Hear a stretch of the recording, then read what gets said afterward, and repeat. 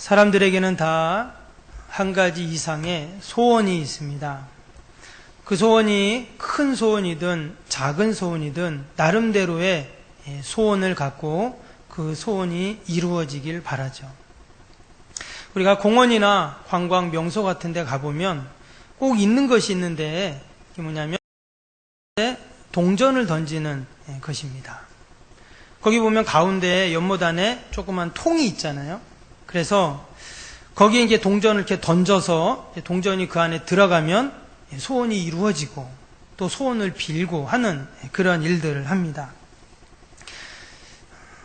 그 예전에 그 인천공항에 거기도 이제 동전 던지는 데가 있는데요.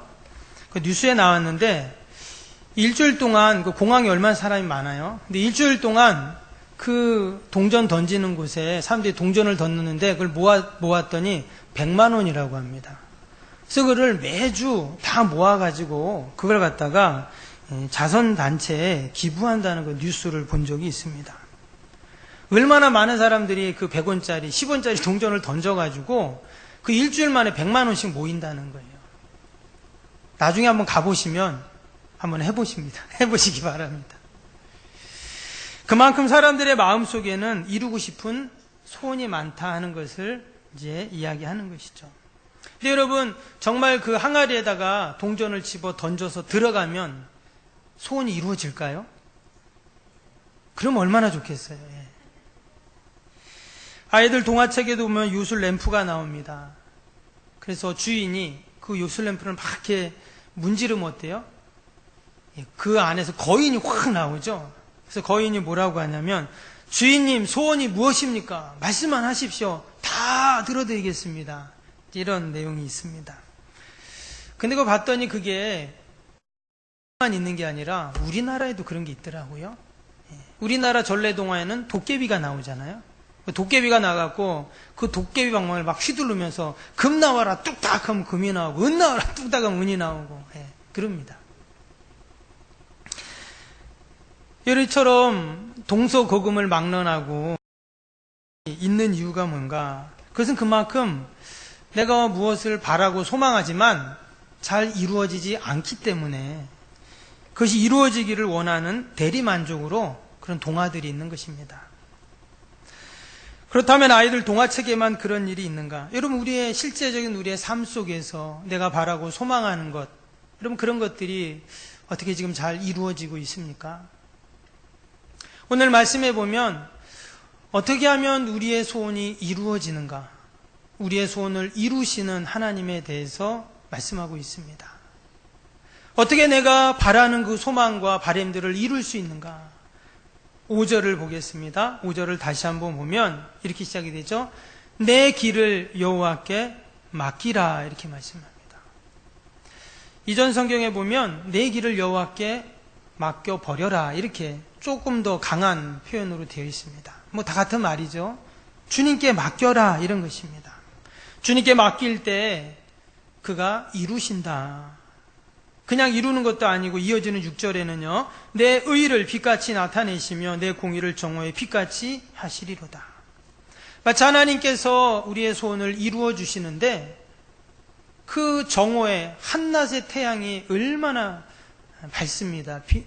빛납니까? 근데 마치 그렇게 찬란하게 이루어 주시고 응답해 주신다 이렇게 말씀하는 겁니다. 혹 우리가 기도할 때 기도했지만 잘 이루어지지 않을 때도 있습니다. 그러나 우리가 낙심하지 않을 이유는 여러분 신실하신 하나님께서 지금 더 좋은 것으로 더 태양이 정오의 한가운데까지 올라올 때까지 지금 준비하고 계시고 진행하고 계신 줄로 믿습니다. 우리 같이 한번 해볼까요? 아직 하나님께서 진행 중이십니다. 다시 한번 합니다. 아직 하나님께서 진행 중이십니다. 정오의 태양처럼 찬란하게 만들어주기 위해서 아직 이게 태양이 가운데까지 안 온 거예요.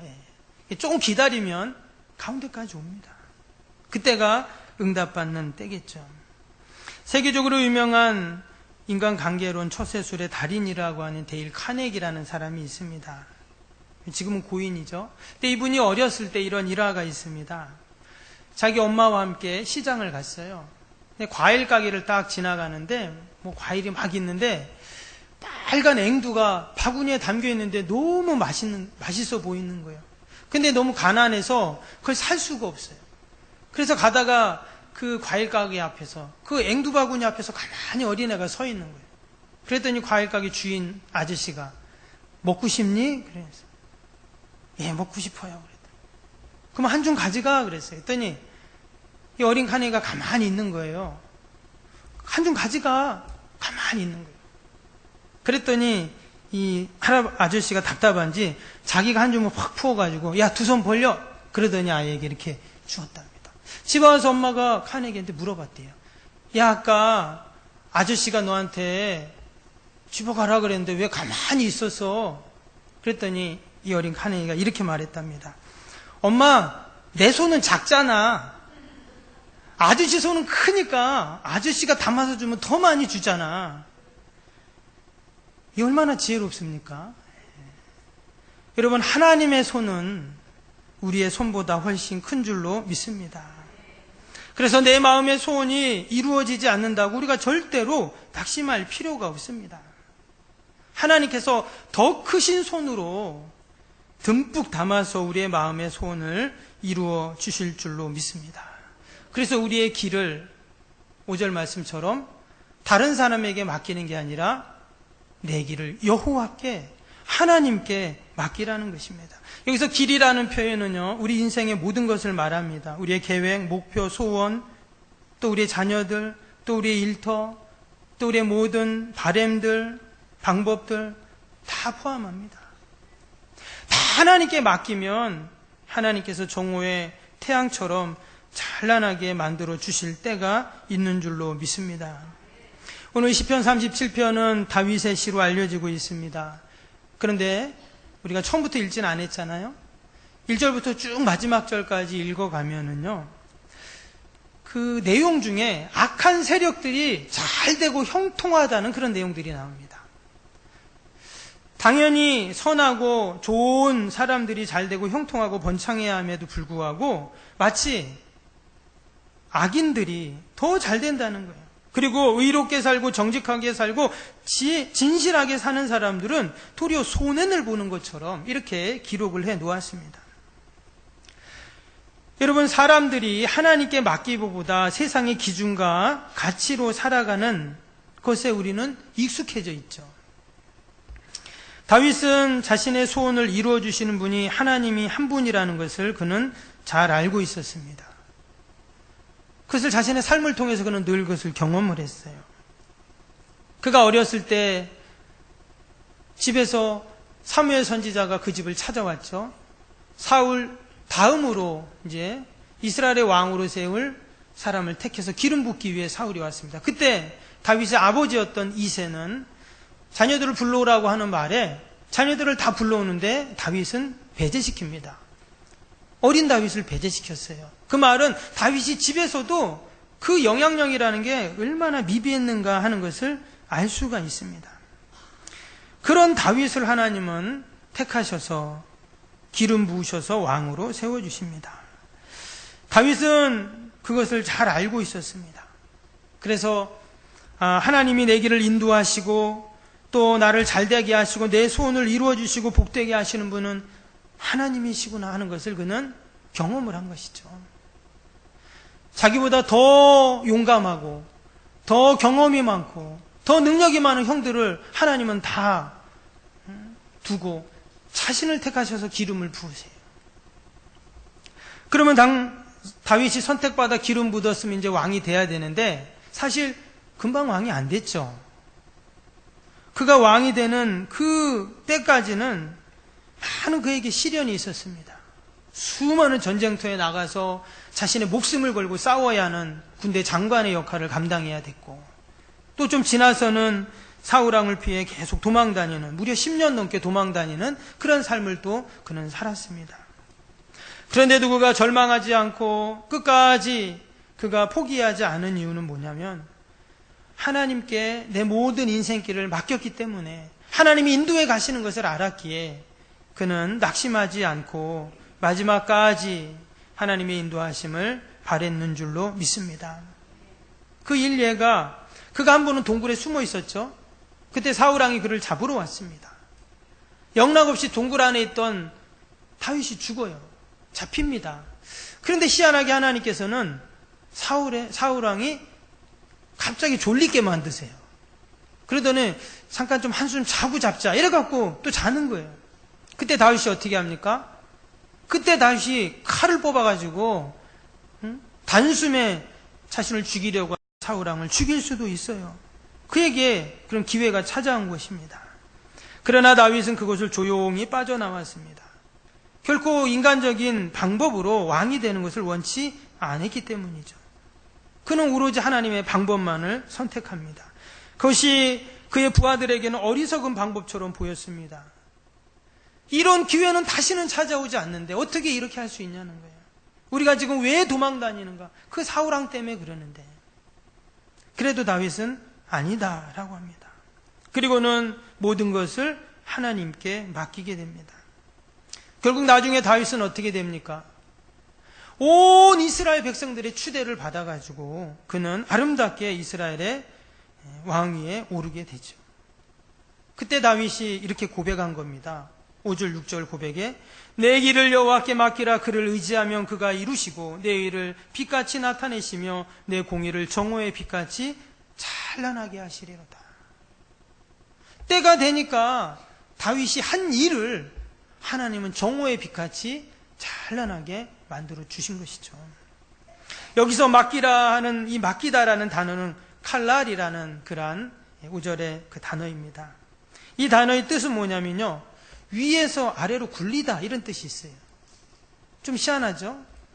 맡긴다는 건데 위에서 아래로 굴려보내서 맡긴다는 거예요. 여러분, 위에서 아래로 굴려보내서 맡기면 어떨까요? 위에서 아래로 돌을 굴려요. 그러면 엄청 잘 굴러오겠죠? 막 밑으로 쫙 굴러가겠죠. 근데 반대로 여러분, 아래에서 위로 바위를 굴리면 어떨까요? 힘들죠, 그거는. 바위 덩어리를 반대로 아래에서 위로 올리는 거는 너무나 힘들고 또 절대 올릴 수도 없습니다. 근데 마치 우리가 하나님께 맡긴다는 것이 바로 이런 것이에요. 산 위에서 아래로 바위를 굴려내리듯 하나님께 아낌없이 다 맡기라는 거예요. 자녀도 맡기고, 건강도 맡기고, 물질의 문제도 맡기고, 교회도 맡기고, 요양원도 맡기고, 또 뭘 맡겨야 될까요? 아무튼 다 맡기라는 거죠. 사정없이 맡기라는 거예요. 마치 위에서 아래로 바위가 굴러가듯 그렇게 맡기라는 거예요. 근데 우리가 이렇게 주님께 맡겨놓고 사실 예배 끝나고 집에 갈 때는 하나님 다시 주세요. 그리고 그 무거운 돌을 지고 또 힘겹게 일주일을 또 근심과 걱정과 염려 가운데 살 때가 얼마나 많습니까? 그러니까 다시 한번 오늘 시편 37편의 말씀을 보면서 하나님 앞에 칼날로 아낌없이 맡기는 저와 여러분이 되실 수 있기를 바랍니다. 또 우리의 마음의 소원을 이루는 방법, 오늘 4절 말씀 봅니다. 4절에 보니까 또 여호와를 기뻐하라. 그가 내 마음의 소원을 내게 이루어 주시리로다 했어요. 여기 보니까 여호와를 기뻐하라. 내 마음의 소원을 이루신다 했어요. 지금 내가 바라고 소원하는 것을 이루는 방법을 하나님으로 인해 기뻐하라는 거예요. 그게 소원을 이루는 방법이라는 거예요. 조금 이해가 안 되기도 하죠. 내가 소원하는 게 있는데 그 소원을 내가 이루어지고 응답되면 기뻐하는 건데 그게 아니라 먼저 하나님을 기뻐하라. 그러면 소원이 이루어진다. 약간 반대로 이렇게 지금 문장에 쓰여 있는 거예요. 왜 이렇게 써놨을까요? 내 마음의 소원을 이루어 주시면 하나님 때문에 기뻐합니다. 이래야 되는데 먼저 그가 내 마음의 소원을 이루어 주시리라. 지금 이렇게 기록을 하고 있다는 거예요. 여러분, 우리가 하나님 때문에 기뻐해야 할 줄로 믿습니다. 지금 기뻐하는 이유는 뭐냐면 반드시 하나님이 소원을 이루어 주신다는 믿음 때문에 기뻐하는 거예요. 여러분, 그 믿음이 없으면 어떨까요? 소원이 이루어져도 하나님 때문에 기뻐하지 않는다는 거죠. 내가 바라는 소원, 내가 노력해서 수고해서 내가 이루었고 그 소원이 응답됐으니까 나 때문에 기쁘다는 거죠. 나는 참 기특하지. 이렇게 내가 열심히 해가지고 내가 이렇게 최선을 다해서 이렇게 똑똑해서 이루어졌네. 이게 아니라 하나님께서 이루어 주셨다는 것을 확신하기 위해 먼저 하나님께 기뻐하라. 이건 믿음으로 기뻐하는 것이죠. 다윗은 때로는 세상에서 즐거움을 찾을 때가, 기쁨을 찾을 때가 있었습니다. 그가 왕이 되었습니다. 왕이 되었는데 우리아의 아내를 범함으로 말미암아 그는 기쁨을 찾았어요. 그러나 그 결과 어떻게 되었습니까? 한 가정이 파괴되고 그는 살인자가 되고 아들은 왕궁에서 반란을 일으키고 그는 왕궁을 빠져나와 도피 생활을 하게 되고 이후로 그가 나중에 또 백성들의 숫자를 세는 그런 일도 있었습니다. 그 일로 말미암아 수많은 백성들이 전염병에 죽는 그런 일도 일어납니다. 다윗은 그때서 다시금 깨달은 것이죠. 나의 기쁨을 먼저 하나님께 찾아야지. 세상에서 찾고 내가 이룬 것에서 기뻐할 때 그것이 망하는 길이라는 것을 깨닫고 오늘 시편 37편에 이렇게 고백한 겁니다. 여호와를 기뻐하라. 그가 내 마음의 소원을 이루어 주시리로다. 여러분, 아직 우리의 소원이 이루어지지 않았습니다. 하지만 우리가 기뻐할 수 있는 것은 하나님이 반드시 저와 여러분들의 소원을 이루어 주시기에 우리가 먼저 믿음으로 여러분 기뻐하는 줄로 믿습니다. 그래서 저는 헌금 생활할 때 항상 그런 말씀을 드려요. 여러분, 일주일의 시작이 무슨 요일이죠? 주일입니다. 여러분, 달력 보세요. 달력 보면 주일부터 시작되잖아요. 그래서 주일이 원래 일주일의 시작이에요. 믿지 않는 사람들은 월요일부터라고 생각을 하지만 여러분, 달력 보면 일요일부터 시작이 되잖아요. 주일부터. 그러니까 이번 일주일의 시작은 오늘부터입니다. 근데 우리가 헌금을 할 때, 감사할 때 어떻게 해요? 지난주 감사한 내용도 우리가 헌금하지만 사실 지금 우리가 오늘 감사하는 것은요, 일주일 이루어질 감사의 열매와 결과를 생각하면서 미리 감사하는 거예요. 아직 아무것도 안 이루어졌어요. 근데 먼저 감사하는 겁니다. 여러분, 미리 감사하는 저와 여러분이 되실 수 있기를 바랍니다. 그러니까 일단 감사한 거 하고 보는 거예요. 감사한 일이 있어서도 하지만 그때 당연히 해야 되죠. 근데 그냥 미리 감사하는 거예요. 그럼 하나님께서 반드시 여러분 감사할 일을 주실 줄로 믿습니다. 목사님, 헌금하라는 거 참 돌려서 참 말도 잘하시네. 그게 아니에요. 헌금은 내 믿음의 분량대로 하는 겁니다. 저는 헌금 절대 강조 안 해요. 자기 믿음이 그건데 내 믿음대로 그것밖에, 내 믿음대로 이만큼 하는 건데, 저는 10에 2조 3조 하는 분도 봤어요. 분명히 저분 수입이 그게 안 되는데 아니 상당히 많이 내세요. 그래서 이게 어떻게 왜 저러지? 분명히 뻔히 아는데 나중에 그 얘기를 하시더라고요. 자기는 10에 2조 합니다. 그래. 10에 3조 합니다. 그러더라고요. 제가 그때 깜짝 놀랐어요. 여러분, 10에 2조 3조 할 수 있습니까? 11조 하는 것도 버거워갖고 힘들어하는 분들이 많은데 그 믿음의 분량대로 할 수밖에 없기 때문에 뭘 할 수가 없어요. 근데요, 반드시 하나님께서는 우리가 미리 감사할 때 감사의 조건을 주시고 10에 1조를 드릴 때 하나님이 10에 9조를 하나님이 다 책임져 주시고 하나님 앞에 주정헌금 드릴 때 한 주간을 하나님께서 평안하게 인도하시고 내가 대제 매입 헌금 하나님께 드릴 때 하나님께서 우리의 삶의 지평을 하나님 매입하게 하시고 어려운 이웃에게 내가 구제하고 헌금할 때 하나님이 다른 사람을 통해서 나를 도와주시는 은혜가 반드시 있는 줄 믿습니다. 참, 목사님 돌려서 말도 잘하시네요. 제가 돌려서 말하는 게 아니에요. 그게 성경적인 원리이고 하나님의 법칙입니다. 우리가 맨날 성경을 그렇게 읽잖아요. 해석하고. 우리에게 그러한 믿음이 없으면 여러분 신앙생활 믿음생활하는 게 재미가 없어. 재미가 있으려면 늘 그거를 내가 경험하고 그걸 내가 누려야지 재미가 있는 거지.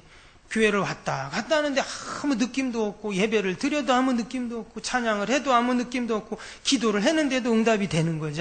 그러면 재미가 없죠. 그러면 신앙생활을 지속할 수가 없어요. 여러분 옆을 잘 보세요. 저 사람이 신앙생활 재미있게 하는지 재미없게 하는지 한번 보세요. 그럼 왜 재미있게 하고 왜 재미없게 하는지 한번 자세히 보면은 답이 다 나오잖아요.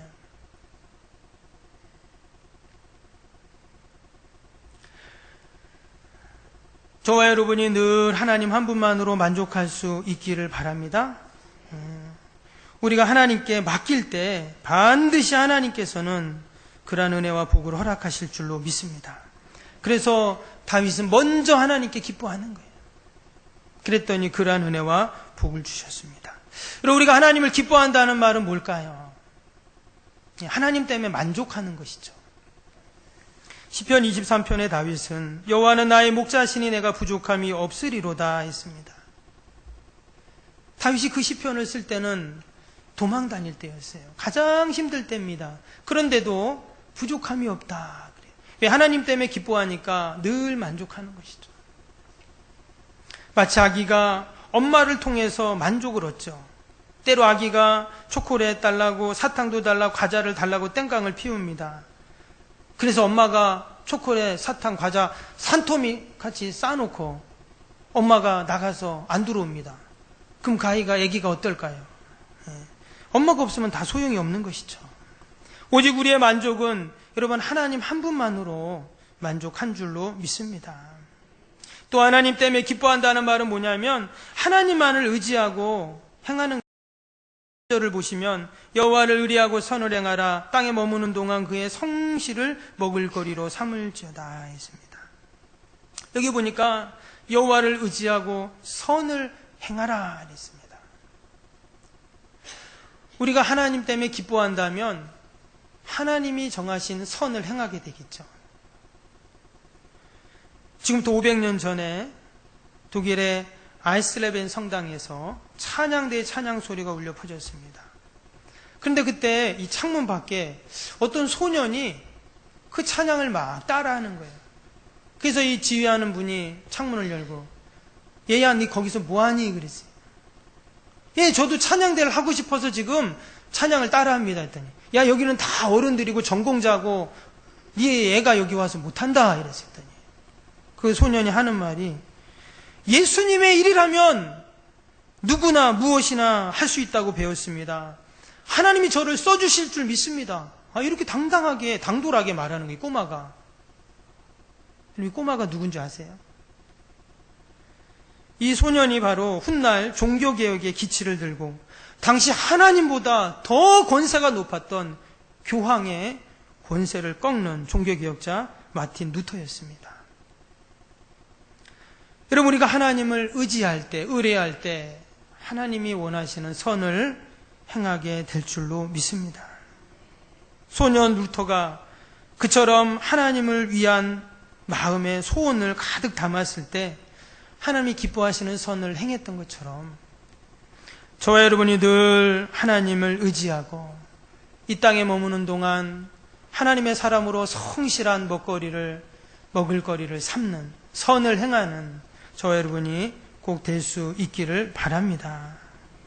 여기서 지금 저를 의지하면 저가 이루신다 이런 말씀이 5절에 아까 나왔는데요.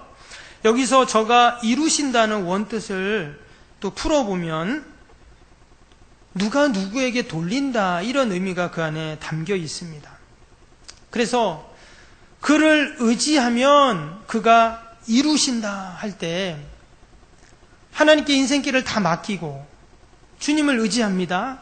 그때 하나님이 우리말로는 그냥 이루어 주신다 이렇게 써놨는데 원어의 의미는 뭐라고 했냐면 그 길을 맡길 때 그 길을 돌려주신다 이렇게 써놨어요. 이게 무슨 말이냐면 지금 내 뜻을 내려놓고 하나님 뜻에 내가 맡기고 의지하면 하나님의 뜻을 우리에게 돌려주신다 이런 말이에요. 저는 이 말씀을 묵상하면서 그래 맞다. 내 뜻을 내려놓고 하나님 뜻에 이렇게 내가 맞추니까 하나님께서 하나님의 은혜의 빗줄기, 은혜의 물줄기를 나에게 확 돌려주셔가지고 하나님께서 채워주시는구나 이런 마음이 들었어요.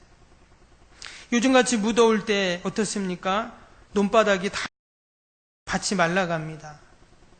이럴 때 저 위에 저수지에 수문을 열고 그 수로를 열어서 거대한 물줄기를 논두렁으로 또 메마른 밭으로 대면 그 식물들이 다 살아나잖아요. 마치 하나님께서 우리의 메마른 인생 10년 가운데 그 생명수가 넘칠 수 있도록 그 은혜의 줄기를 우리에게 대시면 이런 우리의 삶이 늘 풍요롭고 풍족하게 될 줄로 믿습니다. 그래서 우리는 늘 하나님 때문에 기뻐하는 것입니다. 미리 기뻐할 수 있는 거예요. 그러나 여러분, 우리가 하나님 때문에 기뻐해야 하고 만족해야 함에도 불구하고 하나님께 다 맡겨야 함에도 불구하고 그러지 못할 때가 많죠. 어느 강가에 물새와 뱀이 함께 사이좋게 살았습니다. 새와 뱀이 같이 사이좋게 산다. 좀 컨셉이 안 맞지만 그런 예화가 있어요. 사이좋게 사는데 하루는 동시에 새도 알을 낳고 이 뱀도 알을 낳은 거예요.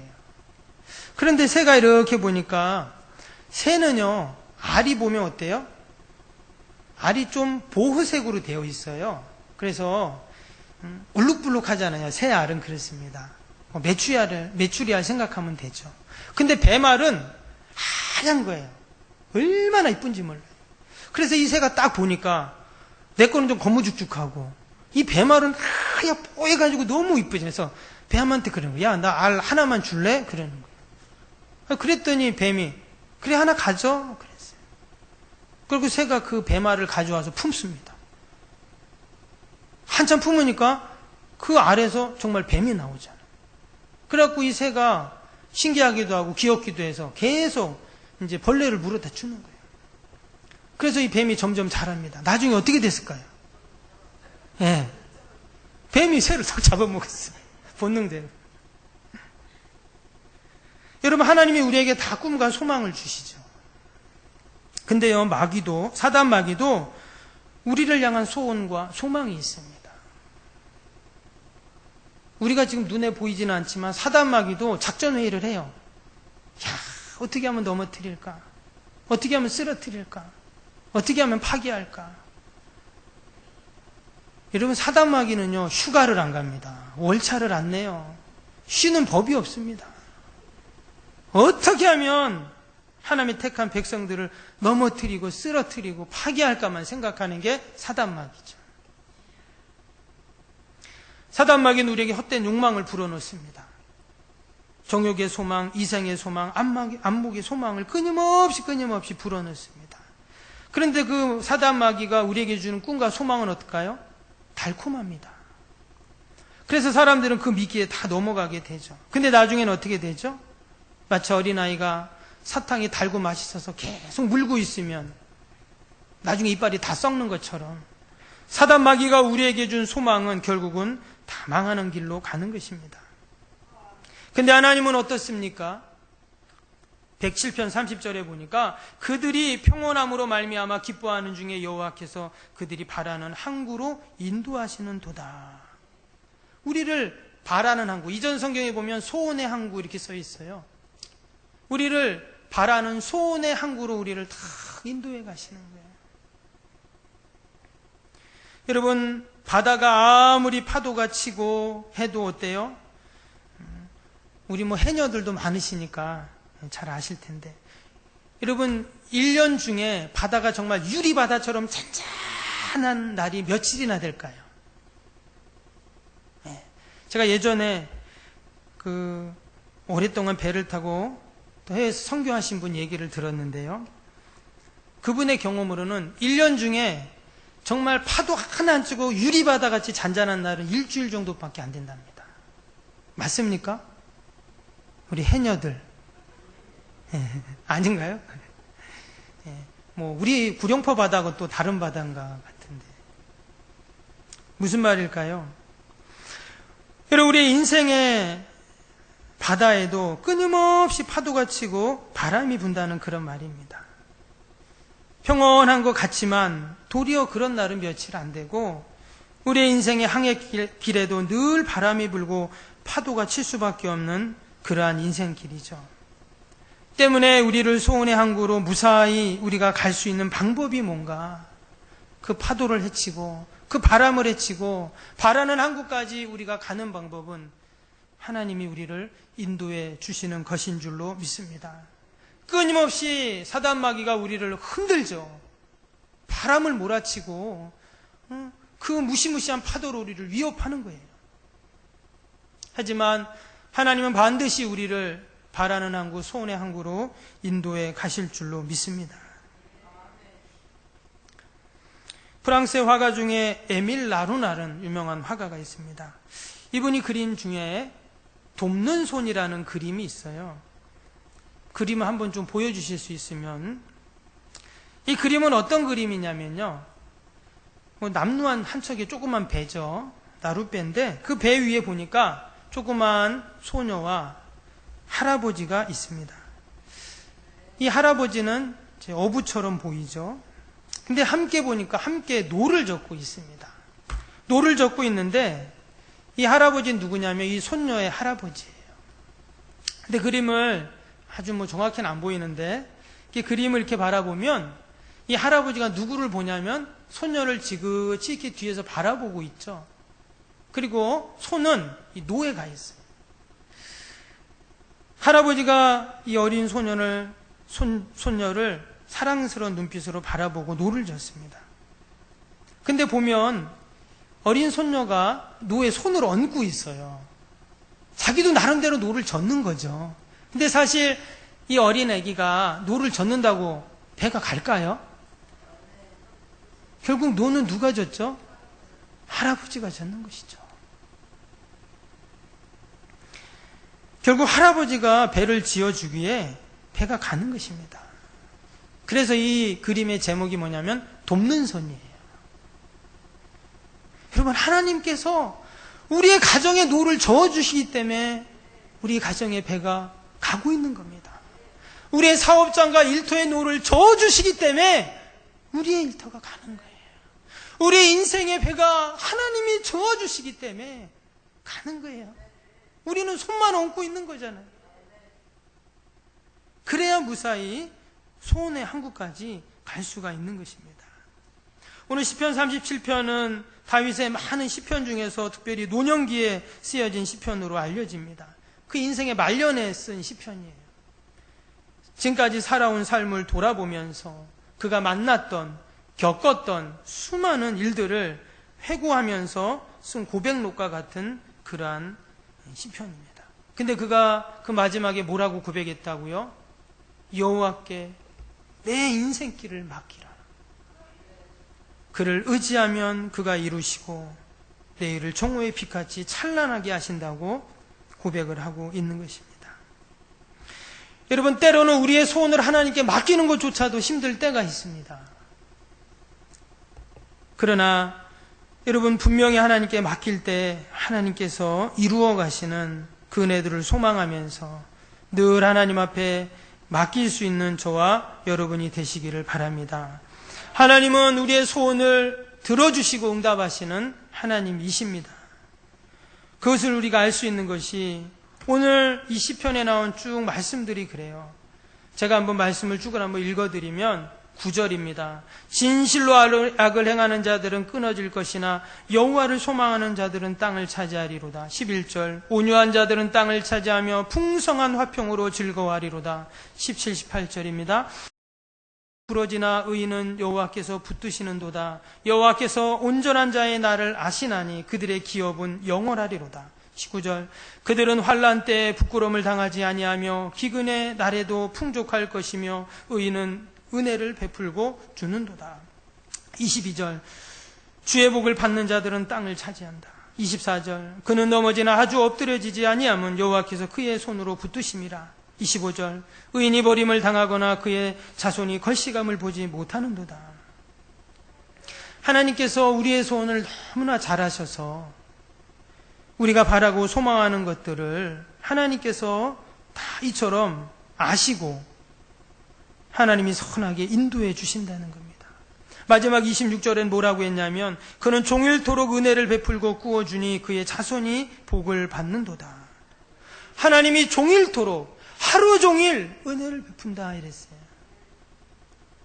내가 그 은혜를 다 받지 못하면 하나님이 그의 자녀손들에게 그 복을 주시겠다 이렇게 또 약속을 하셨어요. 그리고 우리가 하나님께 맡겨야 될까요? 맡기지 말아야 될까요? 꼭 맡겨야 할 줄로 믿습니다.